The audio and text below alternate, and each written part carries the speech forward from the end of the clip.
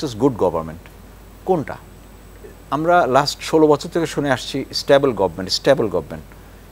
Government with all দুর্নীতি, with all bank চুরি, with all the long things, with everything going রং, সেটা হচ্ছে stable government. এখন stable government, okay, we all want stable government definitely, but with good governance যদি না থাকে এই stable government means nothing.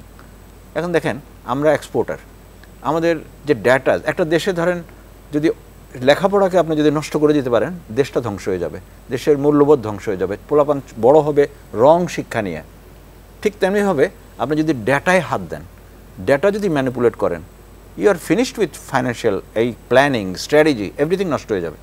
আমরা অবলীলাক্রমে ডেটা ম্যানিপুলেশন দেখলাম, আমাদের দেশে সবাই ডেটা ম্যানিপুলেশন করছে।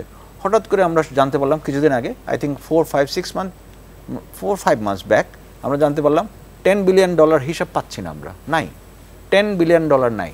মানে কি? আমরা তো what is going on, $10 billion নাই মানে কি? এটা নাই অঙ্ক কষে দেখা গেল আসলেই নাই।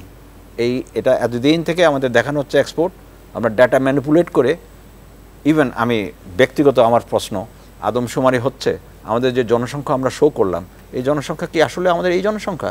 আমার কাছে মনে হয় যে we have hidden 1 or 2 crore আমরা হাইড করছি। আমাদের এই জনসংখ্যা আরও বেশি যদি জনসংখ্যা হয় আমাদের জিডিপি কমে যাবে, তাহলে আমার বড় জিডিপি আমি শো করতে পারবো না।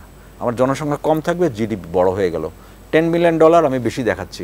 এখন তো $10 billion জন্য তো আমি এলডিসি গ্র্যাজুয়েশন ইন ডেঞ্জার, আমাদের অঙ্ক মিলতেছে না। $10 billion যদি না থাকে আমি এলডিসি গ্র্যাজুয়েশন যে করবো, we are not ready for LDC graduation.